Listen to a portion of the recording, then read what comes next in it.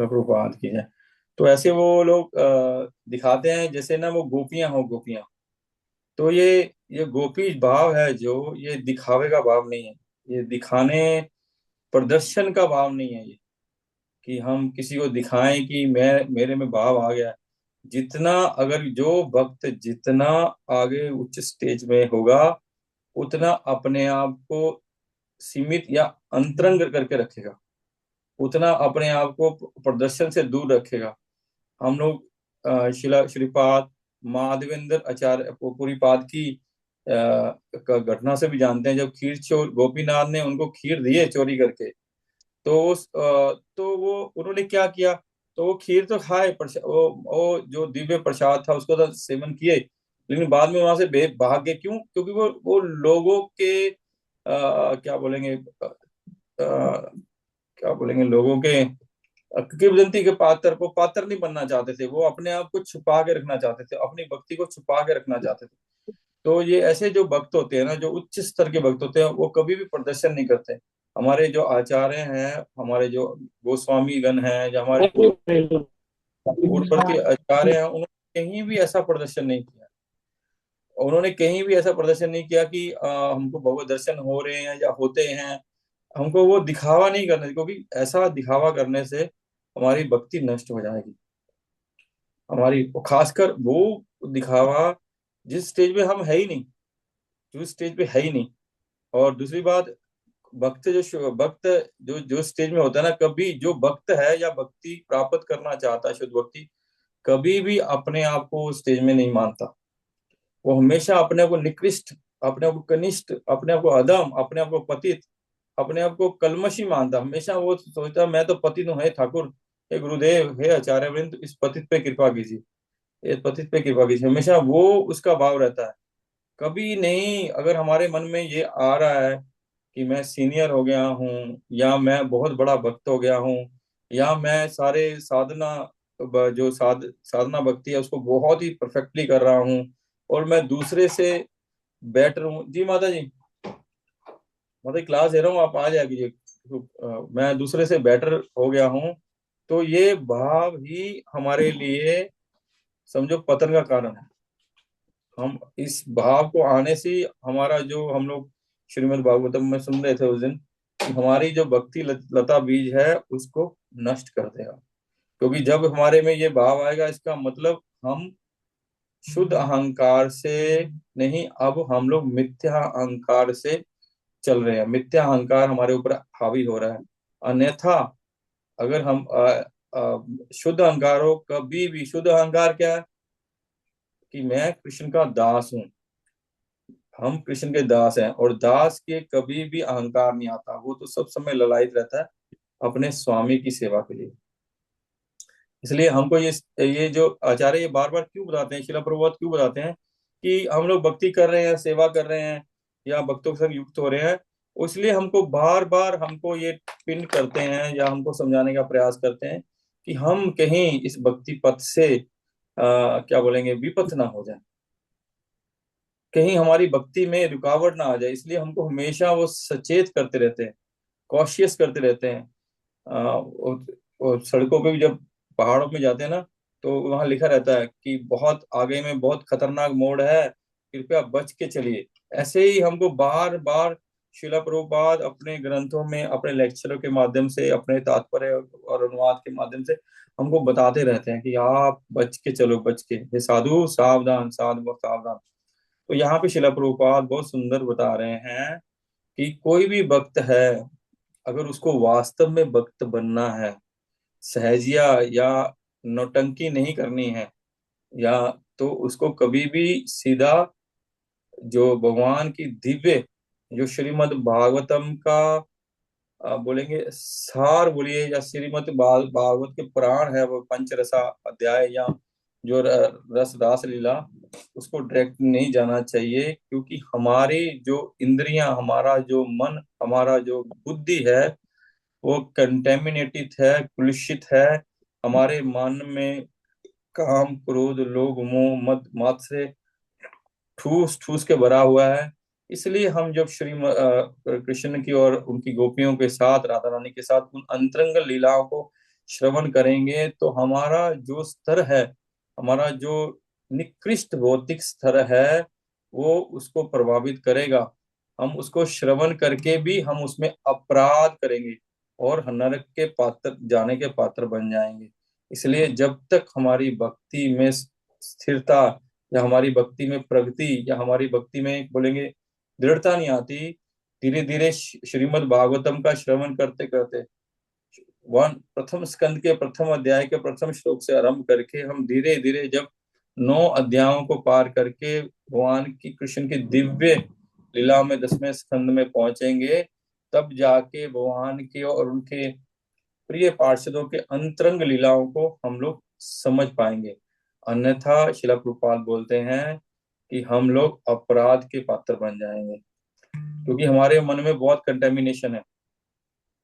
कोई कोई भी व्यक्ति एक एक प्रथम स्कंद से 10वें स्कंद को जाएगा, उसको समय लगेगा, और वो ही उस निष्ठा से वहां पहुंच पाएगा जिसमें थोड़ी निष्ठा है, जो साधना कर रहा है, जो भक्ति कर रहा है। क्योंकि एक दिन में तो ये होगा नहीं, इसको समय लगेगा। समय लगेगा, वो साधना भक्ति, इतने में साधना भक्ति करेगा, जप करेगा, कीर्तन करेगा, प्रसाद खाएगा, भक्तों का संग करेगा, तो उसके जो कंटेमिनेशन है, उसका जो ये मटेरियल वर्ल्ड का बुखार है, निश्चय ही उसका जो पारा है, जो उसका स्टेज है, वो थोड़ा नीचे आएगा। जो नीचे आएगा तब वो भगवान की इस दिव्य लीलाओं को समझ सकता है, समझ सकता है। तो इसलिए शिला प्रभुपाद ये बताते हैं कभी भी हमको सीधा वहां नहीं जाना चाहिए, क्योंकि ये कंटेमिनेटेड वर्ड है। बोलते ना, एक वो फिल्मों में भी एक आया था, कृष्ण करे तो रास लीला, हम करे तो करेक्टर ढीला, ऐसा एक गाना आया था पहले। तो ये क्यों है? ये उसी कंटेमिनेटेड मन की उपज है। कृष्ण भगवान, उनका कोई हम वो शारीरिक संबंध नहीं है। हम तो शरीर को भोगना चाहते हैं, हम इस शरीर की इंद्रियों को संतुष्ट करना चाहते हैं, हम उनसे शारीरिक सुख चाहते हैं। लेकिन जो भगवान श्री कृष्ण और श्रीमद गोपियों का ये संबंध था, ये शरीर के स्तर पे नहीं था। ये आत्मा क्या, ये परमात्मा और उनकी आत्मा का मिलन है। परम पुरुषोत्तम परमेश्वर भगवान श्री कृष्ण, उनके अंतरंग पार्षदों के ये लीला का लीला है। तो इसको समझ पाना बहुत ही मुश्किल है। ये केवल और केवल गुरु और आचार्यों की कृपा से हम इसको समझ पाएंगे, अन्यथा नहीं, तब कहीं ना कहीं हमारे मन में कंडेमनेशन आएगी। इसलिए हमको धीरे धीरे आगे बढ़ना चाहिए। मैं लास्ट में भी बोला था ना, बहुत सुंदर सुंदर और भी ग्रंथ है जिसमें श्री कृष्ण और हमारी स्वामी जो श्री राधा रानी के अंतरंग लीलाएं हैं, श्रीपाद रूप गोस्वामी ने लिखी हैं, और गोपियों के साथ, उनकी सखाओं के साथ उनकी अंतरंग लीलाएं हैं। तो धीरे धीरे हम जो भक्ति में प्रगाढ़ हो जाएंगे, तब हमको धीरे धीरे उनको सुनना चाहिए। इवन की जो भक्ति रसामृत सिंधु है, जो मेरे प्रिय मित्र लोग जिन्होंने भक्ति शास्त्री की है, वो भी ये ने देखा होगा कि भक्ति रसामृत सिंधु पूरा नहीं कराते हैं। उनके ध्यान में होगा भक्ति रसामृत सिंधु को पूरा नहीं कराया, भक्ति शास्त्री पूरा नहीं किया जाता, हाफ, लगभग हाफ से भी कम में कराया जाता है। कि उसके आगे में और ऐसे है कि हम भक्ति में आगे बढ़ेंगे तो उसको पढ़ेंगे। ठीक है, तो यहाँ हम लोग यही सीखे कि हम जितने धीरे धीरे अपनी भक्ति को भी प्रगति करनी है, और प्रगति करते करते धीरे धीरे अपने आप को उस स्तर पे लेके आना है, ताकि हम भगवान की अंतरंग लीला को समझने के लायक बन सकें। ठीक है प्रभु जी, आगे चलिए, पढ़िए। हरे कृष्णा। हाँ, पढ़िए प्रभु। ऐसी ऐसी त्रुटियों से बचने के लिए आवश्यक है कि हम समझें कि वास्तव में यह राधा कृष्ण है क्या। राधा तथा कृष्ण अपनी लीलाओं का प्रदर्शन कृष्ण की अंतरंगा शक्ति के माध्यम से करते हैं। कृष्ण की अंतरंगा शक्ति के अंतर्गत आह्लादनी शक्ति सर्वाधिक कठिन विषय है, और जब तक यह कोई न जान ले कि कृष्ण क्या है, तब तक वह इसे नहीं समझ सकता। कृष्ण इस भौतिक जगत में कोई आनंद नहीं लेते, किंतु उनके पास आह्लादनी शक्ति रहती है। चूंकि इस भी चूंकि हम भी कृष्ण के अंश हैं, अतः हमारे भीतर भी अलादनी शक्ति है, किंतु हम उस अलादनी शक्ति को पदार्थ में प्रदर्शित करना चाहते हैं। किंतु कृष्ण इस तरह का व्यर्थ प्रयास नहीं करते। कृष्ण की अलादनी शक्ति का लक्ष्य है राधा रानी, और वे अपनी शक्ति को राधा रानी के रूप में प्रकट करते हैं और फिर उनसे प्रेम व्यवहार करते हैं। दूसरे शब्दों में, कृष्ण इस बहिरंगा शक्ति में आनंद नहीं लेते, अपितु वे राधा रानी के रूप में अपनी अंतरंगा शक्ति या अलादनी शक्ति को प्रकट करते हैं और उनके साथ आनंद लेते हैं। इस तरह कृष्ण अपनी अंतरंगा अलादनी शक्ति को भोग करने के लिए अपने आप को राधा रानी के रूप में प्रकट करते हैं। भगवान के अनेक विस्तार अंशों तथा अवतारों में से भगवान की यह अलादनी शक्ति अग्रण्य मुख्य है। हरे कृष्ण। हरे कृष्णा। तो जहाँ शिला प्रभुपाद बता रहे हैं कि हमको समझना होगा कि श्रीमती राधा रानी है क्या, और उनको श्रीमती राधा रानी जी को समझने के लिए हमको सर्वप्रथम समझना होगा कि भगवान क्या है, भगवान के बारे में जानना होगा। एक बार श्रीमती राधा रानी का आविर्भाव दिवस राधा अष्टमी थी। शिला प्रभुपाद लेक्चर दिए। मेरे को ध्यान नहीं कितना दिए, 1 घंटा आधा घंटा जो भी लेक्चर दिए। तो शिला प्रभुपाद जो वो लेक्चर दिए ना, तो जो लेक्चर में शिला प्रभुपाद कंटिन्यू कृष्ण का ग्लोरिफिकेशन कर रहे हैं। सब भक्त सोच रहे हैं कि आज तो राधाष्टमी है, श्रीमती राधा रानी का ग्लोरिफिकेशन होना चाहिए। तो शिला प्रभुपाद तो कृष्ण का ही ग्लोरिफिकेशन करे जा रहे हैं। कंटिन्यू प्रभुपाद ने जो लेक्चर दिया उसका 99.99% जो ग्लोरिफिकेशन किया, तो उसमें कृष्ण का ग्लोरिफिकेशन किया। तो बोले कृष्ण, लास्ट में बोले कृष्ण इतने महान हैं, कृष्ण इतने महान हैं। और जो कृष्ण को, इस महान कृष्ण को अपनी तरफ आकर्षण करती है, वो है श्रीमती राधा रानी। श्रीमती राधा रानी आविर्भाव दिवस की जय। इतना ही बोले, इतना ही बताए। मतलब कि कृष्ण के बारे में जानना जरूरी है कि भगवान है क्या वास्तव में। हम लोग तो कृष्ण को सामान्य लोग तो समझते हैं कि वो तो गोपियों के साथ घूमने वाले ग्वाले, सिर्फ माखन चोर थे। वो समझ नहीं सकते। हालांकि मैं अपनी बात करूं, मैं हम भी नहीं समझ रहे हैं भाई कृष्ण है क्या। जैसे जैसे भक्ति में गुरु वृंद की, आप वैष्णव की कृपा होगी, तो वैसे वैसे कृष्ण तत्व को समझ पाएंगे। और और राधा तब तब तो शिला प्रभुपाद लिखते हैं कि अत्यंत करीब, बहुत गोपनीय है, बहुत गूढ़ है, बहुत गूढ़ है। इसलिए हमको श्री कृष्ण के बारे में जानना चाहिए, अधिक से अधिक जानना चाहिए। और शिला प्रभुपाद यहाँ क्या बोलते हैं, भगवान की अनंत स्वरूपणी है वो, प्रेम स्वरूपणी है, क्योंकि हम भी श्री कृष्ण के अंश हैं।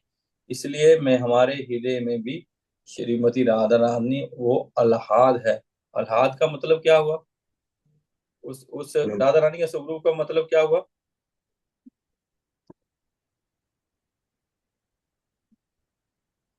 हरे कृष्णा। जो आनंद प्रदान करती है। आनंद प्रदान करती है, और श्री श्री कृष्ण का प्रेम है, प्रेम प्रेम, जो प्रेम है। तो हम श्री कृष्ण का आनंद है, अंश है ना। तो हमारे अंदर भी इनबिल्ट प्रेम है, हमारे अंदर भी इनबिल्ट है। लेकिन प्रभुपाद क्या बता रहे हैं, हम किंतु हम उस आह्लादनी शक्ति को पदार्थ में प्रदर्शित करना चाहते हैं। लेकिन हम क्या है, हमको मालूम है कि प्रेम है, और हम प्रेम को खोजते हैं, उस आनंद को खोजते हैं, पूरा जीवन भर खोजते हैं। जैसे जब मृग को प्यास लगती है ना, जंग, तो वो क्या करता है रेगिस्तान में, वो मृग की तृष्णा होती है, वो जगह जगह उसको सब जगह पानी दिखता है, वो कभी उधर दौड़ता है, कभी इधर दौड़ता है, कभी इधर दौड़ता है, पानी मिलता नहीं। क्योंकि वो जहां जल है वहां नहीं जा रहा, वो भ्रमित हो रहा है कि जहां जल लग रहा है, जल है, वहां जा रहा। हम भी भौतिक स्तर पे जो है हम लोग जीव, तो वो भी इस भौतिक पदार्थों में आनंद खोजते हैं। और इसी प्रकार हम उस आनंद को पा नहीं पाते, और जीवन भर उसकी खोज करते करते करते करते हम उससे, बिना उससे प्यास को मिटाए हम मर जाते हैं, हम प्यासे ही मर जाते हैं। क्यों, हम लोग जान नहीं पाते कि वो प्रेम कहाँ मिलेगा।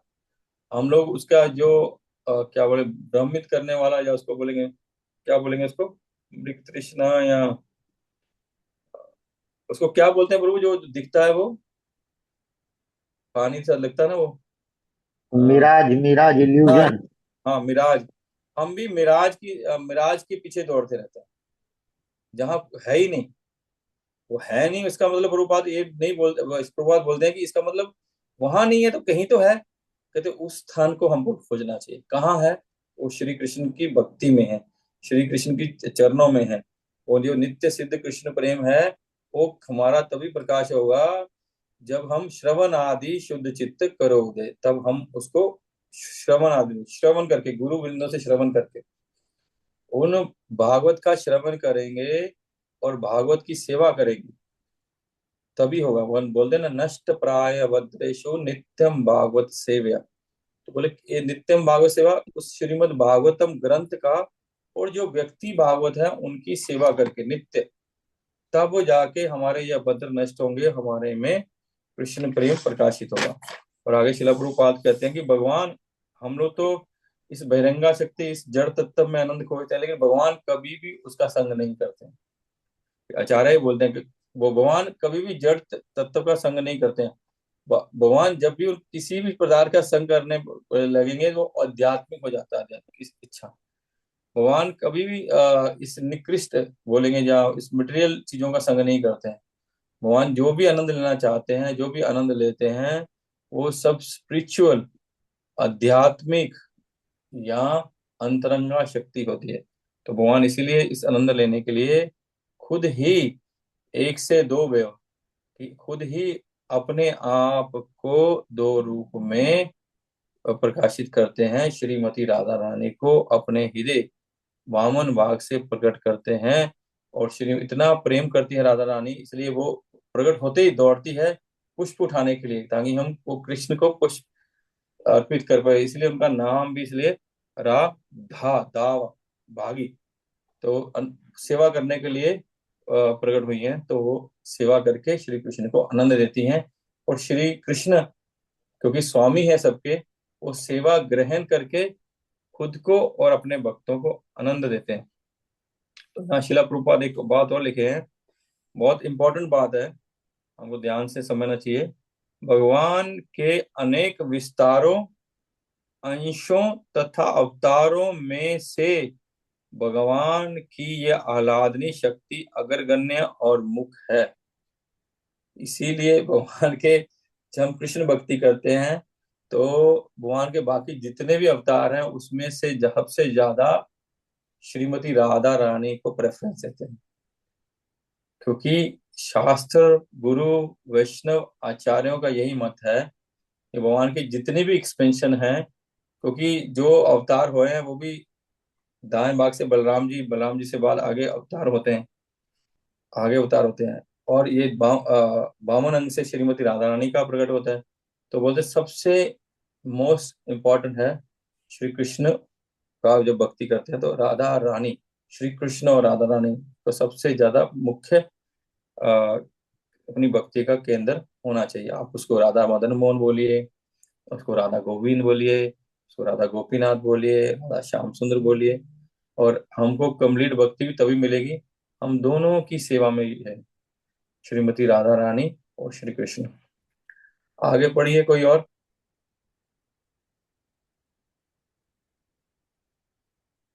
पढ़िए मनमोहन प्रभु। हरे कृष्णा प्रभु, दंड प्रणाम प्रभु। कहाँ से है? जय जय श्री कृष्ण। 32 नंबर पेज में सेकंड पैराग्राफ है। ऐसा नहीं है कि ऐसा नहीं है ना? ठीक है जी। प्रभु। ऐसा नहीं है कि राधा रानी कृष्ण से अलग है। राधा रानी भी कृष्ण है, क्योंकि शक्ति तथा शक्तिमान में कोई अंतर नहीं होता। शक्ति के बिना शक्तिमान का अर्थ कोई अर्थ नहीं है, और शक्तिमान के बिना शक्ति का शक्ति नहीं होती। इसी तरह राधा के बिना कृष्ण का कोई अर्थ नहीं होता, और कृष्ण के बिना राधा का कोई अर्थ नहीं है। इसलिए वैष्णव दर्शन सर्वप्रथम भगवान की अंतरंगा शक्ति अलादनी शक्ति को नमस्कार करता है और उसकी पूजा करता है। इस तरह भगवान तथा उनकी शक्ति को सदैव राधा कृष्ण कहकर संबोधित किया जाता है। इसी प्रकार जो नारायण की पूजा करते हैं, वे सर्वप्रथम लक्ष्मी का नाम लेकर लक्ष्मी नारायण कहते हैं। इसी तरह भगवान राम की पूजा करने वाले सर्वप्रथम सीता का नाम लेते हैं, चाहे सीताराम हो, राधा कृष्ण या लक्ष्मी नारायण, सबों में शक्ति सबसे पहले आती है। हरे कृष्ण। हरे कृष्ण। हाँ, पहली तो बात तो यहाँ हमको ये नहीं कभी भी ये मन में सोचना चाहिए कि राधा रानी कृष्ण से श्रेष्ठ है या कृष्ण राधा रानी से श्रेष्ठ है। क्योंकि भक्त मेरे मेरे तो कंटेमिनेटेड माइंड है, मेरे मन में क्या आता, तो हमारे मन में ये कंटेमिनेशन निकाल देना चाहिए। राधा कृष्ण क्या लिखे हुए हैं, अभिन्न है, अभिन्न। श्लोक भी आए पढ़ते हैं ना, हम लोग मंगलाचरण भी करते हैं। राधा कृष्ण प्रणय विकृति अलादनी शक्ति रसमा, एक ही है, एक आत्मान अपि एक आत्मान अपि भूवि पूरा देह वेदम गतो, तो कि वो एक ही है, दो नहीं है। पहले मैं बोला था, ये हमारे मन से ये निकलना चाहिए कि ये दो हैं। वो दो नहीं है, वो एक ही है, एक ही है, अलग अलग नहीं है। इसलिए ये कभी नहीं कृष्ण राधा जी से श्रेष्ठ है, राधा रानी कृष्ण से श्रेष्ठ है। दोनों कंप्लीट तभी है जब वो दोनों एक साथ है। इसलिए श्री चैतन्य महाप्रभु, भगवान श्री चैतन्य महाप्रभु ने आके श्री कृष्ण के विग्रह की पहले बहुत सेवा होती थी। हमारे जो प्रथम विग्रह है उडुपी में, वहां भी श्री कृष्ण की ही विग्रह है, राधा रानी का विग्रह नहीं है। लेकिन महाप्रभु के आने के बाद, तो गौड़िया परंपरा तो उससे पहले से चल रही है, तो महाप्रभु के आने के बाद सब जगह श्रीमती राधा रानी के विग्रह को स्थापित किया गया। ये जो राधा रानी की भाव भक्ति है, महाभाव भक्ति है, इसको महाप्रभु ने आगे प्रकाशित किया। इसीलिए बोलते हैं जो ये गोलोक का जो प्रेम धन है, जो ये प्रेम प्राप्त करने का मूल मंत्र है, हरे कृष्ण कृष्ण कृष्ण हरे हरे, हरे राम राम राम हरे हरे। इसको भी महाप्रभु ने गोलोक से, बोले कृष्ण स्वयं गोलोक से लेके आए, क्योंकि वो राधा रानी का भाव लेके आए, राधा रानी का भाव लेके आए थे। तो यही जो महामंत्र है, गोलोक में सब भक्त यही गाते हैं, यही गाते हैं, ताकि वो हम हमेशा भगवान की सेवा में निकले। और यहाँ बोलते हैं शक्ति और शक्तिमान अभिन्न है, ये हम समझ सकते हैं। अगर शक्ति अकेली होगी तो तो अगर शक्तिमान नहीं होगा, उसका आधार नहीं होगा, तो शक्ति कैसे क्रियाशील होगी। और जो शक्तिमान है, अगर उसमें शक्ति नहीं होगी तो उसका क्या अर्थ रह जाएगा, वो निरर्थक हो जाएगा। इसलिए दोनों एक दूसरे के पूरक हैं, दोनों एक ही हैं। और हम लोग कई बार बोलते हैं ना, हमेशा, कई बार क्या, हमेशा ये आरोप प्रयोग किया जाता है, करते हैं जो बाहर के लोग हैं, कि हम लोग सिर्फ कृष्ण कृष्ण करते हैं। लेकिन क्यों वो ऐसा बोलते हैं? क्योंकि वो गौड़ियों का भाव नहीं जानते, वो गौड़ियों का भाव नहीं जानते कि हम, हमारे लिए श्रीमती राधा रानी और कृष्ण एक हैं। और हम लोग, कोई भी वैष्णव है हमेशा राधा कृष्ण बोलता है, कृष्ण राधे नहीं बोलता है। कोई भी वैष्णव है सीता राम बोलता है, लक्ष्मी नारायण बोलता है, जैसे शिला प्रभुपाद ने बताया। और हमेशा प्रभुपाद बोलते हैं कि हम लोग क्या बोलते हैं, अगर हम श्री कृष्ण बोलते हैं या श्री कृष्ण चैतन्य बोलते हैं, तब भी क्या हुआ, श्री पहले आया। श्री का अर्थ है श्रीमती राधा रानी, श्री का अर्थ है शक्ति, श्री का अर्थ है उनकी अंतरंगा शक्ति, उसका अर्थ है श्री। इसलिए जो लोग बोलते हैं ना, तुम लोग कृष्ण कृष्ण करते हो, राधा रानी का बोलते नहीं हो, ऐसा नहीं है। कहीं भी इस्कॉन के या गौड़ियों के देखिए आप मंदिर में श्रीमती राधा रानी का अत्यंत सत्कार है। गौड़िया गौड़िया राधे राधे, उस दिन मैं एक एक वो आया था, हमारी एक भक्त है आदिनाथ प्रभु, उन्होंने एक ना वो रील सेंड की थी। वो हालांकि वो गौड़िया महाराज नहीं है, और लेकिन वृंदावन के बहुत उच्च कोटि के संत हैं। उन्होंने ये बहुत बात बोली, बोले कि जो सिर्फ राधा राधा करता है या जो सिर्फ कृष्ण कृष्ण करते हैं, वो ठीक नहीं है। कहते राधा राधा बोलने का अधिकार सिर्फ कृष्ण को है, क्योंकि वो उनकी प्रीतमा है, उनकी शक्ति है, उनकी आह्लादनी शक्ति है, उनका प्रेम है, उनकी प्रेमिका है। और कृष्ण कृष्ण करना केवल राधा रानी का अधिकार है, क्योंकि उनके प्रीतम है, उनके स्वामी है, उनके सेव्य, उनके मालिक हैं वो। बोल के हम लोग जो भक्ति करते हैं युगल सरकार की करते हैं, युगल सरकार, गौड़िया नहीं है। फिर भी यही बात बोले थे, बोले हम लोग युगल से भक्ति करते हैं, एक की नहीं। और हमारा अधिकार है कि हम युगल मंत्र बोले, हरे कृष्ण कृष्ण कृष्ण हरे हरे, हरे राम राम राम हरे हरे। ये युगल मंत्र बोलना चाहिए। हम दोनों के सेवक हैं, दोनों हमारे क्या, स्वामी जी स्वामी जी, लाडली जो लाल जी बोलते हैं, किशोरी जो किशोर जी बोलते हैं, मालकिन और मालिक हैं। तो हम ऐसे इसलिए बोलते हैं हरे कृष्ण कृष्ण कृष्ण हरे हरे, हरे राम राम राम हरे हरे। हम उनमें भिन्नता नहीं लाते कि ये श्रेष्ठ है ये निकृष्ट है, दोनों ही एक ही स्वरूप है। यही महाप्रभु ने हमको सिखाया। इसलिए हम लोग बोलते हैं जय जय श्री राधे श्याम। इस इज ग्रेस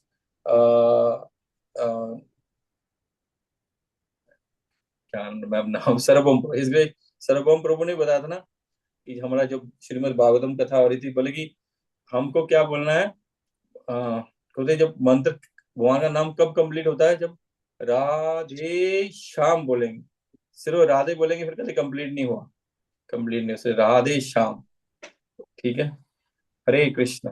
इसलिए हम जिसको भी मिलते हैं क्या बोलते हैं, हरे कृष्ण यानी राधे कृष्ण राधे कृष्ण।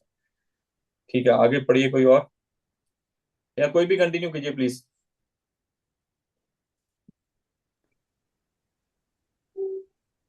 हरे कृष्ण। जी प्रभु। राधा तथा कृष्ण एक है, और जब कृष्ण आनंद भोग करना चाहते हैं तो वे अपने आप को राधा रानी के रूप में व्यक्त करते हैं। राधा तथा कृष्ण के बीच प्रेम का आध्यात्मिक विनिमय कृष्ण की अंतरंगा आह्लादनी शक्ति का वास्तविक प्रदर्शन है। यद्यपि हम कहते हैं कि जब कृष्ण चाहते हैं, किंतु हम यह नहीं कह सकते कि कब। हम ऐसा इसलिए कहते हैं क्योंकि बद्ध जीवन में हम मान लेते हैं कि हर वस्तु का प्रारंभ है, किंतु आध्यात्मिक जीवन में प्रत्येक वस्तु परम पूर्ण है। इसका न तो आदि होता है न अंत। फिर भी यह समझने के लिए कि राधा और कृष्ण एक हैं तथा वे पृथक भी हो जाते हैं, हमारे मन में कब यह प्रश्न स्वतः उठता है जब कृष्ण ने अपनी आह्लादनी शक्ति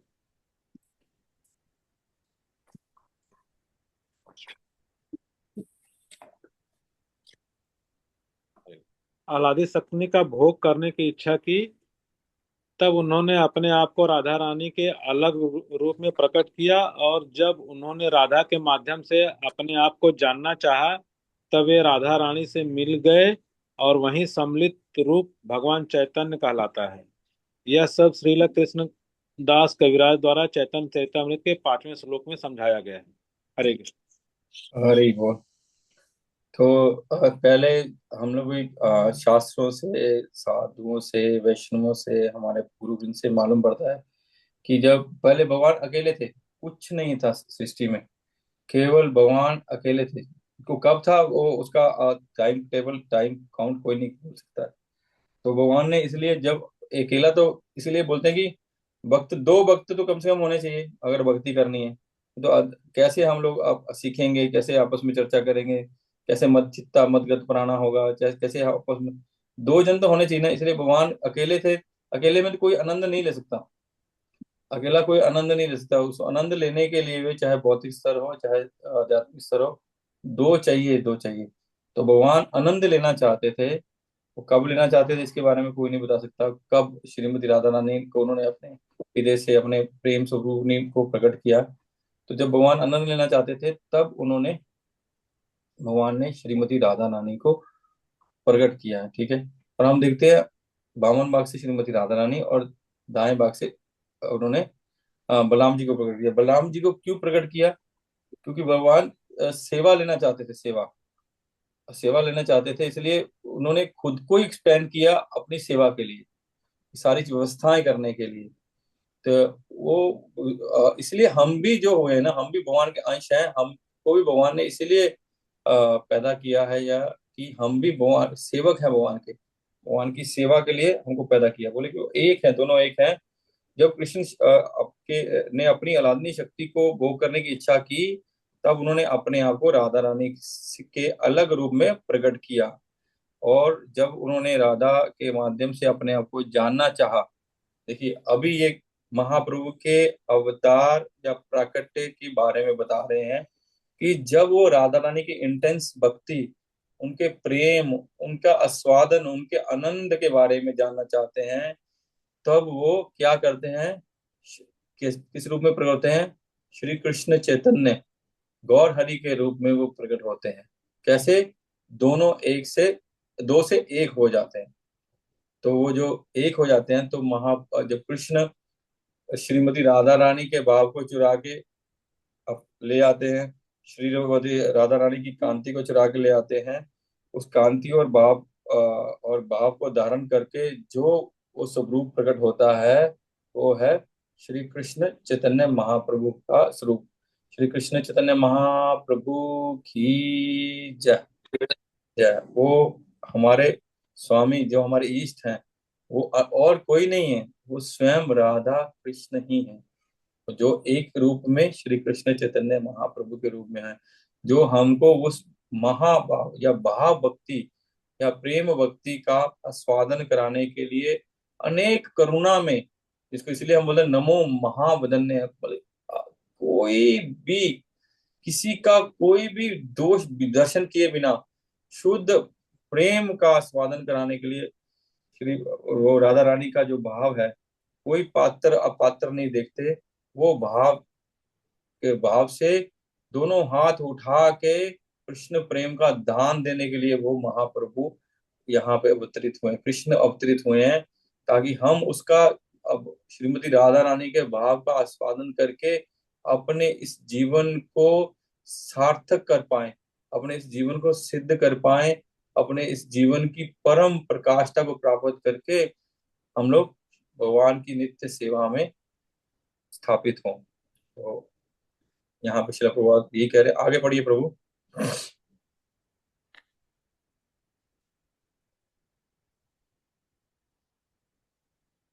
पढ़िए पढ़िए रामानुज प्रभु पढ़िए। हरे कृष्ण। अगले श्लोक में लेखक बताते हैं कि कृष्ण ने चैतन्य महाप्रभु का रूप क्यों धारण किया। ऐसा बतलाया जाता है कि कृष्ण ने राधा के प्रेम की महिमा जाननी चाहिए थी। तो कृष्ण आगे चाहते थे। प्रभु एक मिनट, ये 6 नंबर श्लोक स्टार्ट कर रहे हैं श्रील प्रभुपाद। श्री राधाए प्रणय महिमा की दृशो वा न ये वा स्वाद्यो येन अद्भुत माधुरिमा की दृशो वा मदिया स्वाख्यम च अस्य मदनुभवता की दृश्यम वेति लोभता तद्भावा समजनी शचि गर्भ सिंधु हरिबिंदु। इसका अनुवाद ये था, श्रीमती राधा रानी की प्रेम महिमा अपने भगवान उन गुणों जिनका आस्वादन केवल श्रीमती राधा रानी के प्रेम के माध्यम से करती है, एवं उनके प्रेम की माधुरता का आस्वादन करने पर श्रीमती राधा रानी जिस सुख का अनुभव करती है, उसे समझने के लिए भगवान श्री हरि राधा के भाव में विभोर होकर श्रीमती सच्ची देवी की कोख से उसी प्रकार प्रकट हुए जिस तरह समुद्र से चंद्रमा प्रकट होता है। तो अभी 6ठा श्लोक का जो क्या बोले तात्पर्य श्रील प्रभुपाद यहाँ हमको बता रहे हैं। जी प्रभु जी, शुरू से बोल दें। हरे कृष्ण। अगले श्लोक में लेखक बताते हैं कि कृष्ण ने चैतन्य महाप्रभु का रूप क्यों धारण किया। ऐसा बतलाया जाता है कि कृष्ण ने राधा के प्रेम की महिमा जाननी चाहिए थी। कृष्ण जानना चाहते थे कि वह मुझसे इतना प्रेम क्यों करती है। आखिर मुझ में ऐसा कौन सा विशेष गुण है जो उसे इस तरह आकृष्ट करता है, और वह वास्तव में किस प्रकार से मुझसे प्रेम करती है। यह विचित्र लगता है कि परमेश्वर कृष्ण किसी के प्रेम में इस प्रकार आकृष्ट हो। एक पुरुष किसी स्त्री के प्रेम को इसलिए चाहता है क्योंकि वह अपूर्ण है और उसमें कुछ कमी है। स्त्री का प्रेम, वह शक्ति और वह आनंद पुरुषों में नहीं मिलता, इसलिए मनुष्य स्त्री को चाहता है। किंतु कृष्ण के साथ ऐसा नहीं है, क्योंकि वे स्वयं में पूर्ण है। इसलिए कृष्ण ने आश्चर्य प्रकट किया, मैं राधा रानी के द्वारा आकृष्ट क्यों होता हूँ, और जब राधा रानी मेरे प्रेम का अनुभव करती हैं तब उन्हें उन्हें उसे कैसा लगता है। इस प्रेम व्यापार के सार का आस्वादन करने के लिए कृष्ण उसी तरह प्रकट हुए जिस तरह समुद्र के क्षितिज पर चंद्रमा प्रकट होता है। जिस तरह समुद्र मंथन से चंद्रमा प्रकट हुआ था, उसी तरह आध्यात्मिक प्रेम व्यापार के मंथन से चैतन्य महाप्रभु रूपी चंद्रमा प्रकट हुए। निस्संदेह चैतन्य महाप्रभु का वर्ण सुनहला था, जैसा कि चंद्रमा का होता है। यद्यपि यह अलंकारिक भाषा है, किंतु इससे चैतन्य महाप्रभु के आविर्भाव के पीछे का अर्थ है वह प्रकट होता है। उनके आविर्भाव की पूर्ण महत्ता की व्याख्या बाद के अध्यायों में की जाएगी। हरे हरे कृष्ण। कृष्ण। तो यहाँ जो महाप्रभु के अवतार का कारण है, जो मैंने कथा भी सुनी थी कि भगवान को भी लोभ उत्पन्न होता है, तो भगवान श्री कृष्ण को लोभ उत्पन्न हुआ। लोभ उत्पन्न हुआ क्योंकि श्रीमती राधा रानी भगवान को इतना प्रेम करती थी, इतना प्रेम करती थी, और भगवान तो थोड़े नटखट या चपल हैं। श्री कृष्ण तो वो भगवान राधा रानी को इतना क्या बोले सताते भी थे, क्योंकि वो भगवान उनके साथ दिव्य माधुर्य लीला का आस्वादन करते थे ना। इसलिए वो राधा रानी को कभी कष्ट देते थे, और राधा रानी इसलिए कभी कभी माननी भी होती थी कि उसी प्रेम का आस्वादन का आदान प्रदान करने के लिए। तो लेकिन वो प्रेम का आस्वादन करते थे, लेकिन वो प्रेम कभी कम नहीं होता था, निरंतर बढ़ता रहता है, बढ़ता रहता है। और वो भगवान जानना चाहते थे ऐसी क्या बात है भाई, राधा रानी का जो प्रेम की महिमा क्या है कि ये इतना इतना इंटेंस, कि चाहे वो मेरे को सेवा करती है या मेरे को आनंद देती है, तो इसमें उसको इतना आनंद कहाँ से आता है, क्या चीज है कि वो इतना ज्यादा प्रेम करती है। उसको जानना चाहते थे, भगवान चाहते थे जानना कि मेरे में ऐसा क्या स्पेशल है। मैं तो क्या शाम हूँ, ना मैं गोरा हूँ, ना मैं तो काला, काले को तो कोई पसंद नहीं करता है, काले को कोई पसंद करता है ना, सबको गोरी लड़की और गोरा लड़का चाहिए। काला लड़का देखिए, आप कोई काली लड़की से शादी नहीं करना चाहता है, एकदम सबको एकदम गोरी गोरी लड़कियां चाहिए, सबको लड़के भी गोरे गोरे चाहिए। लेकिन भगवान तो श्याम सुंदर है, तो ऐसा क्या है मेरे में, और मेरे में क्या गुण है कि जो श्रीमती राधा रानी शिला प्रभुपाद बताते हैं ना कि वो श्रीमती राधा रानी कितनी सुंदर है, उसकी कल्पना भी नहीं कर सकते हम। प्रभुपाद बता रहे थे ना एक लेक्चर में कि प्रभुपाद नहीं, उनके एक प्रभु जी बता रहे थे कि एयरपोर्ट पे बैठे थे, जब उन्होंने फॉरेन एयर होस्टेस को देखा, तो उन्होंने बोला कि ये इतनी सुंदर है, तो श्रीमती राधा रानी कितनी सुंदर होगी। श्रीमती राधा रानी की सौंदर्य की क्या बोलेंगे, कोई सौंदर्य का कोई व्याख्या ग्लोरिफिकेशन, नहीं किया जा सकता। व्याख्या नहीं किया जा सकता, कोई ग्लोरिफिकेशन नहीं कर सकता, यह करना असंभव है। तो बोले कि ऐसा इतनी सुंदर, इतनी प्रेम करने वाली, इतनी सेवा करने वाली मेरे में क्या गुण है, वो जानना चाहते थे। और वो मेरे को भी क्यों प्रेम करती है। एकमात्र श्रीमती राधा रानी के प्रेम का एकमात्र केंद्र श्री कृष्ण है, अन्य कोई और चीज है ही नहीं, कुछ भी नहीं है। वो जानना चाहते थे, वो जानना चाहते थे कि राधा रानी द्वारा आकर्षित क्यों होता हूँ और वो राधा रानी के प्रति क्यों आकर्षित होते हैं। शिला प्रभुपाद लिख रहे हैं कि ये स्वाभाविक है कि हम लोग अकेले, जैसे मैंने पहले बोला, हम लोग अकेले आनंद नहीं ले सकते, हमें कुछ कमी है। उस कमी को, एक पुरुष को कमी पूरी करने के लिए स्त्री है, स्त्री की कमी पूरी करने के लिए एक पुरुष है। स्त्री और पुरुष एक दूसरे के साथ पूर्ण होते हैं, पूर्ण होते हैं। तो वो जानने के लिए, उस आनंद लेने के लिए भगवान ने राधा रानी को प्रकट किया। आप क्या बोल रहे हैं प्रभुपाद, मैं राधा रानी द्वारा क्यों आकर्षित क्यों होता हूँ, मैं राधा रानी के प्रति इतना अट्रैक्ट क्यों होता हूँ, उसका क्या अर्थ है। और राधा रानी मेरे प्रेम का अनुभव करती है, तब उसे कैसा लगता है, कैसा स्वाद आता है उसमें, क्या आनंद आता है, उसको आनंद को लेने के लिए श्री कृष्ण, श्री चैतन्य महाप्रभु के रूप में राधा रानी के बाप के रूप में प्रकट हुए। तो जैसे मैंने एक दिन पहले ही बोला था, जब भगवान श्री नरसिंह देव की गोद में प्रहलाद महाराज बैठे थे, तो भगवान नरसिंह देव उनको प्यार से चाट रहे थे, उनको तो वात्सल्य प्रेम आ रहा था, चाट रहे थे। बोले उनको लगा कि प्रहलाद को कैसा आनंद आ रहा है, मेरे को आनंद आ रहा है, मैं स्वामी हूँ, पिता हूँ, मैं चाट रहा हूँ, उसको प्रणाम कर रहा हूँ, मेरे को आनंद आ रहा। लेकिन प्रहलाद को क्या आनंद आ रहा, उसको कैसे स्वागत करूं। इसलिए भगवान ने रामचंद्र जी का रूप प्रकट किया।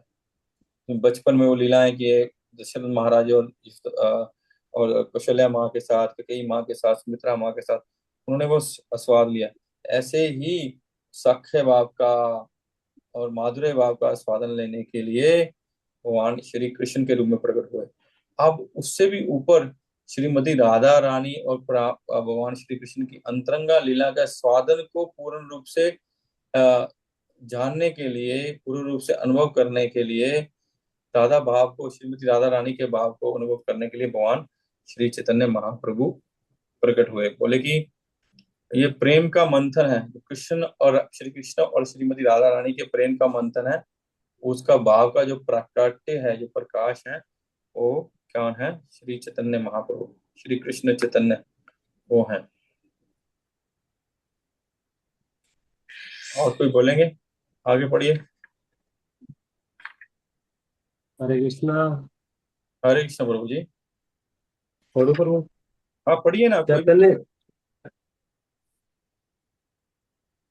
पढ़िए, पढ़िए प्रभु। पढ़ो ना। चैतन्य चरितामृत के 7वें श्लोक में सेवन। चैतन्य महाप्रभु को नमस्कार करने के बाद कृष्णदास कविराज भगवान नित्यानंद को नमस्कार करते हैं। वे बतलाते हैं कि भगवान नित्यानंद बलराम है, जो महाविष्णु के उद्गम है। कृष्ण के प्रथम विस्तार बलराम है, जिनका एक अंश संकर्षण के रूप में प्रकट होता है। संकर्षण के बाद में वे प्रद्युम्न के रूप में प्रकट होते हैं। इस तरह उनके अनेक विस्तार होते हैं। यद्यपि विस्तार अनेक हैं, किंतु कृष्ण ही स्रोत हैं। जैसे कि परम संहिता में पुष्टि होती है, वे उस मूल दीपक के तुल्य हैं जिससे हजारों लाखों दीपक जलाए जाते हैं। यद्यपि मूल दीपक से अनेक दीपक जलाए जा सकते हैं, किंतु स्रोत के रूप में मूल दीपक की अपनी पहचान होती है। इसी तरह कृष्ण अनेक रूपों में अपना विस्तार करते हैं, और ये सारे विस्तार विष्णु तत्व कहलाते हैं। विष्णु एक विशाल दीपक है, और हम सब छोटे छोटे दीपक हैं, किंतु किंतु है सभी कृष्ण के अंश ही। जब पढ़िए, भौतिक पढ़िए प्रभु, पढ़िए।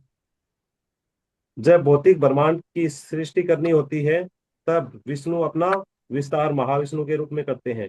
ये महाविष्णु कारण सागर में शयन करते हैं और अपने नासारंगों के श्वास के साथ सारे ब्रह्मांडों को बाहर निकालते हैं। इस तरह महाविष्णु तथा कारण सागर से समस्त ब्रह्मांडों की सृष्टि होती है, और ये सारे ब्रह्मांड, जिनमें हमारा ब्रह्मांड भी सम्मिलित है, कारण सागर में तैरते रहते हैं। इस संदर्भ में वामन की कथा आती है, जिन्होंने जब अपने 3 पग भरे, तो उनका पांव इस ब्रह्मांड के आवरण को भेद कर गया, और इस तरह से उनके पग से बने छेद से कारण सागर का पानी बहने लगा। कहा जाता है कि यही जल प्रवाह गंगा नदी बन गया। इसलिए गंगा को विष्णु के सबसे पवित्र जल माना जाता है, और वह सारे हिंदुओं द्वारा हिमालय से लेकर बंगाल की खाड़ी तक पूजित है। और पढ़ो प्रभु। नहीं, बस प्रभु जी। तो यहाँ 7 श्लोक स्टार्ट हुआ, शिला प्रभुपाद 7 श्लोक का अनुवाद कर रहे हैं। संकर्षण कारण द्वेषायि गर्भोदशायि च पयो वदिशायि शेषश्च यस्यांश कलासा नित्या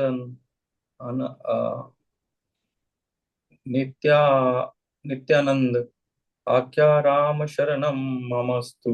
तो श्रीपाद कवि कृष्णदास कविराज यहाँ नित्यानंद प्रभु को, संकर्षण या बलराम भगवान को नमस्कार कर रहे हैं। तो अभी उनका मंगलाचरण चल रहा है ना, तो पहले महाप्रभु को कर रहे थे, उससे पहले राधा कृष्ण को कर रहे थे। तो यहाँ पे वो नित्यानंद प्रभु को नमस्कार करते हैं। नित्यानंद प्रभु और बलराम जी में अंतर नहीं है। नित्यानंद प्रभु बोलिए, बलराम जी बोलिए, लक्ष्मण जी बोलिए, वो तीनों एक ही हैं, एक ही हैं, उनमें कोई अंतर नहीं है। बोलते हैं नित्यानंद राम होइलो रे निताई। राम जो है नित्यानंद रूप के भगवान, नित्यानंद के रूप में प्रकट होते हैं। तो यहाँ पे जो नित्यानंद तत्व या बलराम तत्व हैं, उसके बारे में शिला प्रभुपाद बताते हैं कि नित्यानंद भगवान को कृष्णदास कविराज प्रणाम कर रहे हैं। और नित्यानंद भगवान कौन है? बलराम है। बलराम जो कृष्ण के प्रथम विस्तार है, प्रथम एक्सपेंशन है, वो है बलराम जी। और जिनसे ही बाकी आगे में सृष्टि होती है, सारी सृष्टि उनसे आगे हो, वो ही आध्यात्मिक सृष्टि, जितने भी अंश या अवतार हैं, अंश हैं, उनकी कला है, सब उन्हीं से प्रकट होती हैं, सब उन्हीं से प्रकट हो, उन्हीं से आगे स्पष्ट होता है।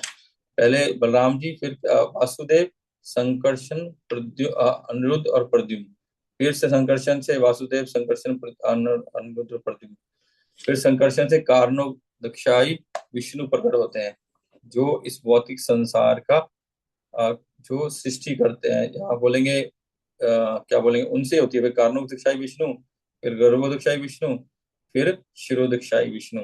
यहाँ पे शिला प्रभुपाद बोले कि इसलिए इन सब के मूल जो है कृष्ण है, क्योंकि हमारी उत्पत्ति भी जहाँ शिला प्रभुपाद बोलते हैं विष्णु से हुई है, क्योंकि हम भी भगवान विष्णु के अंश हैं, भगवान विष्णु के अंश हैं, इसलिए हमको बोला जाता है हम भगवान के अंश हैं, भगवान हमारे अंशी हैं। इसीलिए इसको सिद्धांत लेते हुए क्या कहा जाता है कि जो भी प्रत्येक जीव है वो सब वैष्णव है, सब वैष्णव है, क्योंकि सबका सबका प्रकट भगवान विष्णु की कृपा से हुआ है, सबको भगवान विष्णु ने प्रकट किए हैं। लेकिन जो रूपाल जी बता रहे हैं कि जो मूल है, जो मूल दीपक है, जिससे प्रथम दीपक है, जो जिससे सारे आगे दीपक जले, क्योंकि हम लोग देखते हैं दिवाली में हम लोग दीपक लगाते हैं, पहले एक दीपक लगाते हैं, उसे धीरे धीरे सारे दीपक जला जला के आगे हम पूरे घर में या मंदिर में सब जगह सजाते हैं। तो वो जो मूल दीपक हैं वो श्री कृष्ण है, यहाँ ये बताया गया। और जो महाविष्णु है वो बलराम जी का, नित्यानंद प्रभु का एक्सपेंशन है, एक्सपेंशन, वो जो कारणों सागर में सोए रहते हैं। शिला प्रभुपाद यहाँ एक और एग्जांपल देते हैं कि जो भगवान श्री वामन देव जी हैं, जब उन्होंने बलि बलि महाराज से 3 पग भूमि मांगी थी, तब उन्होंने अपना एक पग, दूसरा ही पग उठाया था, तब वो ब्रह्मांड को भेद कर जो उस कारण सागर तक चले गए थे, उस कारण सागर में वहां पे छेद हुआ, उस छेद से जो जल आता है, उस जल को गंगा मैया कहते हैं। इसलिए वो भगवान के चरणों का चरणादक, यानी चरणामृत भी कहा जा सकता है उनको, क्योंकि उन्होंने भगवान के चरणों का जल है। जब वहां छेद हुआ तो वो जल भगवान के चरणों पे पड़ा, तो वही जल ब्रह्मा जी ने अपने कमंडल में रख लिया था, वही जल भागीरथी या उनके पूर्वजों ने तपस्या करके लाए, उन्हीं वही जल भगवान श्री शंकर जी, शिव, अपने सिर पे धारण करते हैं। और वही जल उन भगवान के चरणों का जल है, ब्रह्मा जी के पास से, ब्रह्मा जी के पास से शिव जी के सिर, मतलब कि कितना इंपॉर्टेंट हो गया वो प्रसाद ही नहीं है, महा महा चरणामृत हो गया, तो उसमें महावैष्णव, परम वैष्णव शिव के भी पूरे ऊपर से जब उनके गंगा जी आती है तो उनको भी धोते हुए उनको भी उनके शरीर के कांति को या उनके शरीर के प्रेम को भी लेके आती है, इतनी इंपॉर्टेंट है श्रीमती गंगा रानी। इसलिए सब लोग जो भी सनातन धर्म को पालन करते हैं, गंगा के प्रति, श्री गंगा देवी के प्रति उनका बहुत श्रद्धा है, लेकिन उसका तत्व को नहीं सही तरह समझ पाते, क्योंकि वो वैष्णवों का या साधुओं का संग नहीं करते हैं। वो सोचते हैं कि सिर्फ गंगा सिर्फ पाप मोचनी है, और लेकिन वो भगवान की क्या बोलते हैं चरणों का चरणामृत है, या उससे भी बोलेंगे भगवान के चरणों के चरणामृत के साथ साथ महाप्रसाद है, इस तरह नहीं लेते हैं। गंगा मैया हमको भगवान को भी प्राप्त दे सकती है। मैं एक बार सुन रहा था, हिज ग्रेस अनंग मोहन प्रभु बोल रहे थे कि कलयुग में हरिनाम, गंगा मैया और श्रीमद् भागवतम और जो तुलसी महारानी है वे साक्षात भगवान ही हैं, भगवान ही हैं, ये बता रहे थे। तुलसी महारानी, गंगा मैया, श्रीमद् भागवतम और भगवान का नाम, ये कलयुग में सबसे इम्पोर्टेंट है। तो वो गंगा मैया, तो गंगा मैया को बहुत सारी भक्त शरण लेते हैं। देखते हैं हमारे जो पहले जो भी भक्त होते थे वो उसी तपस्या करने के लिए या भक्ति करने के लिए गंगा के तट को ही चूज करते थे। जो श्रीमद् भागवतम का प्राकट्य हुआ वो भी गंगा के तट पे ही हुआ। जो भी महात्मा जब वानप्रस्थ लेते थे, जब जो भी घर त्याग करते थे, जैसे हमने सुना कि जब पांडव भगवान श्री कृष्ण के गोलोक वृंदावन जाने के बाद में उपरांत, जो वो भी किधर गए, बद्रीनाथ की तरफ गए। और बद्रीनाथ भी जाना है तो उनको गंगा जी के साथ साथ चलते रहना होता है। गंगा जी वहां अलकनंदा, मंदाकिनी, बहुत सारे नामों से जानी जाती है। तो वो भी गंगा जी। और हमने वैसे भी सुना बहुत जब नर नारायण ऋषि हैं वहाँ बद्रीनाथ में तपस्या कर रहे हैं, जब बहुत जो भी भक्ति को प्राप्त किए उन्होंने गंगा मैया की शरण शरण ली, क्योंकि वो भगवान के चरणों का अमृत है। और हम लोग सिर्फ जाते हैं गंगा को सिर्फ पाप मोचने के लिए नहीं, हमको बहुत रिस्पेक्ट से गंगा मैया में अ, स्नान भी करना चाहिए। पहले पहले गंगा मैया को प्रणाम करना चाहिए, फिर आचमन करना चाहिए। हो सके तो पहले बाहर से नहा के जाना चाहिए। बोले गंदे गंदे वस्त्र, जी माता जी, गंदे वस्त्रों के साथ, गंदे शरीर के साथ कभी भी गंगा मैया में या ऐसी यमुना मैया में कभी भी नहीं जाना चाहिए। अगर हम शौच किए हुए हैं, हमारा शरीर गंदा है, हम रात को कुछ ऐसा संबंध स्थापित किया, उसके बाद हम सीधे गंगा मैया में जाएंगे तो वो अपराध हो जाएगा, अपराध, पाप लगेगा हमको। को पहले नहा के स्वच्छ होके फिर गंगा मैया को प्रणाम करके, उनका आचमन करके, उनसे परमिशन लेके फिर गंगा मैया के अंदर में एंटर करना चाहिए। एक कथा आती है, मैं बहुत साल पहले किनसे सुना ध्यान नहीं है। एक संत थे, उनके बहुत सारे शिष्य थे। उनके बहुत सारे शिष्य थे। वो गंगा मैया के तट पे ही रहते थे। तट पे रहिए रहते थे। तो वो जो संत थे गंगा मैया के भक्त थे। तो वो कहीं तीर्थ यात्रा पे जा रहे थे, तो उन्होंने अपने एक शिष्य को बोला कि आप गंगा मैया की सेवा करना, गंगा मैया की सेवा करना, उनकी पूजा अर्चना करना। तो ठीक है, तो बोले जी, जो गुरु का आदेश, गुरु मुख पद्म वाक्य चित्ते ना करिए, एक है और तो कुछ नहीं चाहिए, जो गुरु बोल दिए। तो बहुत दिनों तक गुरु महाराज तीर्थ यात्रा कर रहे थे, वो गंगा मैया का स्नान, गंगा मैया का पूजा अर्चन कर रहे थे। तो गुरु महाराज वापिस आए ना, तो मेरे जैसे जैसे कुछ ईर्ष्यालु लोग होते हैं, तो उनके उनके यहाँ भी थे, क्योंकि जब संस्था बड़ी हो जाती है, जब बहुत भक्त होते हैं, उनका ग्लोरी सुन के बहुत सारे लोग भक्ति करने के लिए नहीं, नाम यश पोजीशन के लिए बहुत सारे लोग जुड़ते हैं कि वहाँ पावर भी है, लोगों का सम्मान भी है, सत्कार भी है, लोग जय जयकार करते हैं। और एक तो उस कारण बहुत लोग भी अट्रैक्ट होते हैं। तो गुरु महाराज है, तो गुरु महाराज के आए तो उन्होंने बोलने लगे, गुरु महाराज, इनको तो आपने सेवा दिया था गंगा जी की सेवा करना, ये तो आप गए हो, आप वर्षों बाद आए हो, लेकिन ये तो उचित नहीं किया काम। तो उचित रूप से जब से आप गए हो एक बार भी गंगा मैया में स्नान नहीं किया जा, ऐसा दुष्ट है ये, ऐसा जो जैसे लोग चुगली करते हैं, वैसे चुगली कर रहे थे गंगा मैया के बारे में। तो और सच उनके अपने शिष्य, उनके गुरु भाई के बारे में। बोले ठीक है, ऐसा है तो चलो देखते हैं। लेकिन गुरु को तो मालूम था ना कि वो शिष्य क्या है, इसलिए हम जहां भी हों, जो भी कर रहे हों, हमारे गुरुदेव को मालूम पड़ जाता है। गुरुदेव को मालूम पड़ जाता है मेरा शिष्य कितने पानी में है, मेरे शिष्य कितनी कैसी भक्ति कर रहा है, कैसी इसकी साधना है, कैसी इसकी श्रद्धा है, कैसी इसकी शरणागति है, वो गुरुदेव जानते हैं। इसलिए तो देखते हैं कि कुछ शिष्यों को गुरुदेव बहुत क्या बोलेंगे, जो उनके पूरे जीवन को, अपने जीवन को पूरे उनके गुरु के आज्ञा का पालन करने में लगाते हैं, उनको अत्यंत कृपा मिलती है।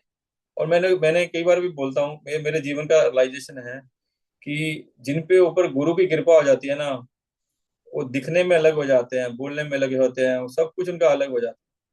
मैं देखा जिन जिन पे गुरु की कृपा हुई है ना, जिन जिन भक्तों पे, उनके अंदर में एक अलग आनंद का स्फुरत होता है, अलग आनंद की एक होता है। तो कब मैं तो यही प्रार्थना करता हूँ आप वैष्णव के चरणों में कि कृपया आशीर्वाद कीजिए कि कभी मैं भी ऐसा आस्वादन कर पाऊँ गुरु कृपा का, मैं उनकी सेवा कर पाऊँ, उनको प्रसन्न कर पाऊँ। तो गुरु महाराज अगले दिन ना स्नान करने जाते हैं गंगा मैया में, तो गंगा मैया के अंदर चले जाते हैं। तो गंगा मैया में अंदर चले जाते हैं तो अपने शिष्यों को दिखाने के लिए कि मेरे जो वो है उसने क्या सेवा की, तो अंदर चले जाते हैं। लेकिन अपना जो क्या बोलेंगे, टावल या क्या बोलते हैं उसको, टावल ही गमछा। बोल, गमछा, गमछा लेके नहीं जाते हैं अंदर।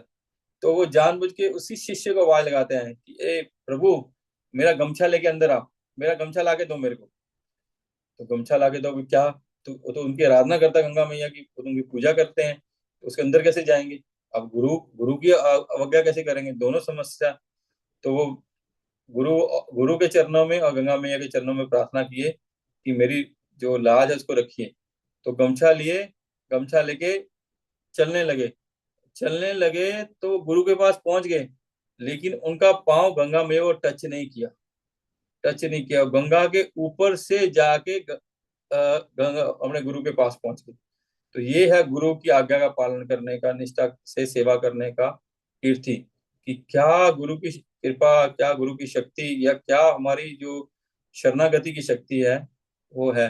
तो सब शिष्य हक्के बक्के रह गए, ये क्या हो गया? तो कि उन्होंने गुरु ने ये दिखाया दूसरों सब शिष्यों को कि ये गुरु की आज्ञा का पालन करके निष्ठापूर्ण सेवा करने से उपलब्धि होती है, कि वो गुरु के वाक्यों को भी पूर्ण कर सके और सेवा भी अच्छा कर पाए। तो हम लोग यहीं रखते हैं, समय हो गया। किसी का कोई प्रश्न है या कोई कुछ बोलना चाहता है, प्लीज। मेरा एक जिज्ञासा है, जैसे मान लीजिए जो अपना ईशोपनिषद है उसमें ये लिखा हुआ ओम पूर्णमद, तो हम लोग भी तो भगवान से ही निकले, जैसे अभी आप बोले कि विष्णु से निकले, तो हम लोग भी तो फिर पूर्ण हुए। तो जब पूर्ण हुए तो फिर मनुष्य में क्यों बोला जाता है कि चार प्रकार का त्रुटि होता है? तो ये हम लोग पहले भी प्रभु चर्चा करते हैं, श्रीमद् भगवद गीता में भी इसकी चर्चा आती है, प्रभुपाद इसकी चर्चा बार बार लिखते हैं। हम भगवान का बहुत अणु अंश है, और ऐसा अंश है जो हम भगवान मायातीत है और हम मायाबद्ध हो जाते हैं। हाँ, अब भगवान गुणातीत है, हम गुणाबद्ध हो जाते हैं। हम अंश हैं, लेकिन अपनी जो हमारी जो एक्चुअल स्थिति है उसको हम लोग विस्मरण कर देते हैं, उसको हम भूल जाते हैं। बोलते हैं ना, एक छोटी सी कथा भी आती है कि एक शेरनी ने बच्चा दिया और शेरनी मर गई। तो शेरनी बच्चा छोटा था, तो जो भेड़ पालने वाला था उसने शेर के बच्चे को पालना चालू किया। तो शेर भेड़ों में रहने लग गया, तो वो भी अपने को भेड़ ही मानने लग गया। वो भेड़ों के साथ रहता, भेड़ों के साथ चरता, वो सब ऐसे ही सब पूरा उस भेड़ों के साथ रहता। तो एक दिन क्या हुआ, जो जंगल में भेड़ें चर रही थी, जब थोड़ा बड़ा हो गया तो एक शेर आ गया। जब शेर आया तो सब भेड़ें भागी, और जो भेड़ों के अंदर शेर था वो भी डर के भाग रहा है। वो दो शेर को अचंभित हुआ, ये यार ये क्यों भाग रहा है मेरे को देख के? भेड़ें भाग रही समझ आती है। तो वो देख रहा शेर को भाग रहा, देख रहा शेर को भाग रहा, देख रहा शेर को भाग रहा है, लेकिन शेर शेर उसको भी देख के अचंभित हो रहा है। तब वो उस शेर को देख रहा था, तो उसने उसको पता लगा ये शेर है।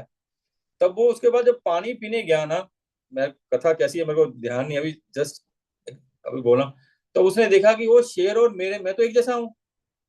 मैं तो वो शेर जैसा है वैसा मैं हूँ, मैं तो भेड़ों जैसा दिखता नहीं हूँ। तब उसको मालूम पड़ा कि मैं भेड़ नहीं, मैं शेर हूँ। हमारी अवस्था भी ऐसी है। हम इस कंटेमिनेटेड होके या भौतिक संसार में आके हम लोग मायाबद्ध हो गए हैं। माया मायाबद्ध हो गए। जो भौतिक चीजें हैं ना, ये भौतिक शक्ति है, जो जो भौतिक भौतिक शक्ति है, मैं दुर्गा देवी की बात नहीं कर रहा हूँ, ये मटेरियल शक्ति है। हम उनके अंतर्गत आ जाते हैं, हम उनसे कंटेमिनेटेड हो जाते हैं। इसीलिए तो जैसे बोला ना, भगवान कभी भौतिक चीजों के साथ स्वादन नहीं लेना चाहते, उनके साथ संग नहीं करते, उनसे आनंद नहीं लेते हैं। वो हमेशा स्पिरिचुअल श्रीमती राधा रानी के साथ आनंद लेते हैं।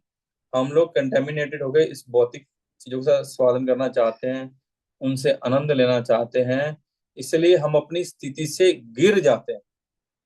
इसीलिए जब हम भगवान की श्रवण आदि शुद्ध चित्त करो दे, जब हम पुनः अपने आप को पहचान लेंगे, हु आई एम, मैं कौन हूँ, जब उसको जान जाएंगे कि मैं I am this and this, I am so and so, I am क्या है, आई एम कृष्ण नित्य दास, तब हम इस कंटेमिनेशन से बाहर हो जाएंगे। तब हम लोग इस बद्ध अवस्था नहीं हो जाएंगे, हम लोग शुद्ध अवस्था को प्राप्त करेंगे। तो इसलिए हम लोग भगवान के अणु हैं, लेकिन नित्य हम लोग भगवान के क्या बोलते हैं, भगवान की अपनी शक्ति है, भगवान की शक्ति है, जिसको आप तटस्थ शक्ति भी बोल सकते हैं। और ये भी मैंने कहीं सुना है, अगर मैं गलत नहीं बोल रहा तो, कि हम तटस्थ शक्ति हैं। तटस्थ शक्ति बोलिए, तो जो जीव शक्ति बोली है वो बहिरंगा या जो मटेरियल शक्ति है उससे श्रेष्ठ है। लेकिन हम लोग का हमारा डाउनफॉल हो जाता है, इसलिए हम अपने आप को भूल जाते हैं, हम भी अपने आप को बेड मान लेते हैं, इस भौतिक जगत का घास खाना चाहते हैं, तो इसलिए हम लोग कंटेमिनेटेड हो जाते हैं। ठीक है तो जी प्रभु। ऐसा बोल सकते हैं कि हम लोग पूर्ण थे, लेकिन माया के चक्कर में आकर के जो हम लोग बद्ध हो गए, इस कारण से अभी जो प्रेजेंट है, प्रेजेंट में हम लोग अपूर्ण है। हाँ पूर्ण है प्रभु, हम लोग कह सकते हैं, हम कह सकते हैं अभी हम पूर्ण, इसीलिए तो हमको कहीं भी सुख नहीं मिलता, कहीं भी आनंद नहीं मिलता, क्योंकि हम अपूर्ण हैं। हम लोग कुछ भी मिलता है और हम लोग कभी सुखी होते ही नहीं है, आनंद में होते ही नहीं है। और एक क्या बोले, ब्लैंकनेस हमेशा हमें रहती है, क्योंकि हम अपनी स्थिति में हाँ, वो जो जो भूल बोला गए। जाता है सच्चिदानंद, माने ज्ञान भी नहीं है और आनंद भी नहीं है। हाँ, ज्ञान भी नहीं, आनंद भी नहीं। यस हरे प्रभु। कृष्णा जी, दंडवत प्रणाम। जी प्रभु जी। Thank you. तो मेरा ये संशय बहुत दिनों से है कि भगवान बोलते हैं न तद्वासते सूर्यो न शशांको यद गत्वा न निवर्तन्ते तद धामम परमम, ठीक है। कि एक बार तो मेरे धाम आ जाता है, फिर वापस नहीं जाता है। हम्म। दूसरे और प्रभु हम बोल रहे हैं कि हमने भगवान के धाम में कोई अपराध किया, वहाँ माया से प्रभावित हो गए और हमको कुछ भी भोग करने का इच्छा हुआ, तो वहां तो भोग करने का इच्छा कैसे हो सकता है? वहां तो पूरा प्योरीफाई हो गए, सैनिटाइज हो गए, हम गए हैं। तो ये थोड़ा सा कॉन्ट्रडिक्टरी टाइप का लगता है, मतलब। इसके बारे में फिलहाल प्रभुपाद बोलते हैं। पहली बात तो वो बताते हैं कि तुमको ये जानना क्यों है, तुम कहाँ से आए हो, हम कहीं से आए हो, हमको अपने घर वापस जाना, उस पर ध्यान दो। और हम जब अपने घर जाएंगे तो मालूम पड़ जाएगा कौन से मेले में हम गए थे, किसके साथ गए थे, वहां किस मेले में हम गुम हो गए, कौन सी नदी में डूब के हम तैर के किसी दूसरी जगह पहुंच गए, वहां जाके हमको पता लग जाएगा। पहली बात तो ये। दूसरी बात ये कि ना तद वास्ते, भगवान आनंद लेने के लिए श्रीमती राधा रानी को प्रकट किए, भगवान इस भौतिक जगत की सृष्टि किए, ठीक है, ये भी भगवान की इच्छा है, वो भौतिक जगत की सृष्टि का। और तीसरी बात जो उस दिन इंग्रेज महाराज प्रभु ही शायद बोल रहे थे, श्रीमद भागवतम का जो हम लोग भक्ति वैभव कर रहे हैं उसमें, शायद शायद मैंने प्रभु से सुना या कहीं और सुना, ध्यान नहीं है, कि आप यही क्यों सोचते हो कि हम गोलोक वृंदावन से आए हैं। गोलोक वृंदावन के अलावा भी बहुत सारे भगवान के धाम हैं। और जो भगवान के कारण सागर में या जो भौतिक जगत में भगवान जब कारणोदक्षाई विष्णु या गर्भोदक्षाई विष्णु जो हैं, वो भी तो आध्यात्मिक हैं। हम उनके शरीर से प्रकट हुए या उनके अंश हो सकते हैं। तो हमारा जो जन्म है, हमारा प्रकटे है, वो भौतिक जगत में ही हुआ है, ऐसा भी हो सकता है, क्योंकि वो भौतिक नहीं है। वो जो कारण सागर है वो भी भौतिक नहीं है, लेकिन भगवान ने इस भौतिक संसार में हमको, इस भौतिक संसार की क्रिएशन के लिए या उसमें योगदान के देने के लिए प्रकट किया। जैसे भगवान ने अपनी नाभि कमल से ब्रह्मा जी को प्रकट किया। हो सकता है हम ब्रह्मा के रूप में प्रकट हुए, कंटेमिनेटेड होते हुए अभी अभी धक्के खा रहे हैं कलकत्ता में, ये भी हो सकता है। भगवान तो, ब्रह्मा जी तो कोई भगवान का अंश है ना, तो मटेरियल वर्ल्ड में प्रकट हुए ना, तो मटेरियल सृजन करते हैं ना, वो सृष्टि करते हैं ना, तो वो क्या मटेरियल हो गए, वो भी तो भगवान के अंश हैं और हमसे तो बहुत पावरफुल, बहुत श्रेष्ठ है। वे तो भगवान से उस आध्यात्मिक जगत से ही प्रकट हुए हैं ना। वो जो कमल है या भगवान का नाभि कमल है या गर्भ सागर है, वो सब स्पिरिचुअल वर्ड है, स्पिरिचुअल है, आध्यात्मिक है। लेकिन उसी से ब्रह्मा जी प्रकट हुए, ऐसे ही हम लोग भी वैसे ही किसी आध्यात्मिक जगत से प्रकट हो सकते हैं। ऐसा नहीं है हम लोग वो लोग वृंदावन में ही थे, ऐसा नहीं है प्रभु। हम लोग भगवान ने प्रकट किया है, और जैसे ब्रह्मा जी को प्रकट किया मटेरियल वर्ल्ड में, मटेरियल सृष्टि करने के लिए, हो सकता है हमको भी ऐसे ही प्रकट किया हो। लेकिन भगवान को नहीं मालूम था कि हम ऐसे कंटेमिनेटेड हो जाएंगे। भगवान तो सोचे थे ये हम लोग अच्छे बच्चे बन के रहेंगे, लेकिन हमने भोग की इच्छा करते करते करते इतना दुष्ट हो गए कि हम भगवान को भूल गए। इसलिए जैसे पिछला प्रभु जी बताए, पूछे भी कि हम लोग मायाबद्ध हो गए, मायाबद्ध। Okay bro. हरे कृष्ण। जी प्रभु हरे जी। कृष्ण प्रभु जी। धन्यवाद प्रणाम प्रभु। और इज होलीनेस भक्ति आश्रम वैष्णव स्वामी महाराज एक बार बोले थे कि जो हम लोग तटस्थ शक्ति है, हम लोग तट से ही हम लोग का सृष्टि हुआ है। और कुछ जो जीव है और डायरेक्ट मैंने वैकुंठ गोलोक ये तरफ चला गया और कुछ जड़ जगत का तरफ चला गया। ऐसे मैंने वो लोग को नित्य मुक्त बोलते हैं और हम लोग को नित्य बद्ध बोलते हैं। तो जब हम लोग फिर उधर चले जाएंगे भक्ति करके, तो उस टाइम में भी हम लोग को वही एक ही सुविधा मिलेगा, लेकिन हम लोग का नाम का पीछे एक तो जो ये नित्य बद्ध ऐसे कुछ डेजिग्नेशन लग जाता है। और दूसरा, आप जैसे बोले कि जो भक्त कोई शिष्य थे और गुरु थे, ये चैतन्य महाप्रभु का भी बारे में इसे हुआ था। जो गंगादास पंडित उनका गुरुदेव थे, तो एक बार वो भी नहाने गए थे और कुछ सूखा जो उनका कपड़ा था और तट में था, तो महाप्रभु को बोले कि इसको लेके आओ। वो उधर गए तो पद्म फूल ऐसे स्वर्ण स्वर्ण कमल निकला गंगा से, जहाँ जहाँ पर वो मैंने पैर रखे वहां पर पद्म फूल का ऊपर रख के गए, ऐसे हरि सुनता बोल, हरि बोल, हरि बोल। जय जय गंगादास पंडित की जय, शिला महाप्रभु की जय, जय हिज ग्रेस हमारी चाँद प्रभु की जय। बहुत सुंदर बोलो, थैंक यू। तो हम लोग किसी का प्रश्न नहीं है तो हम लोग रखते हैं।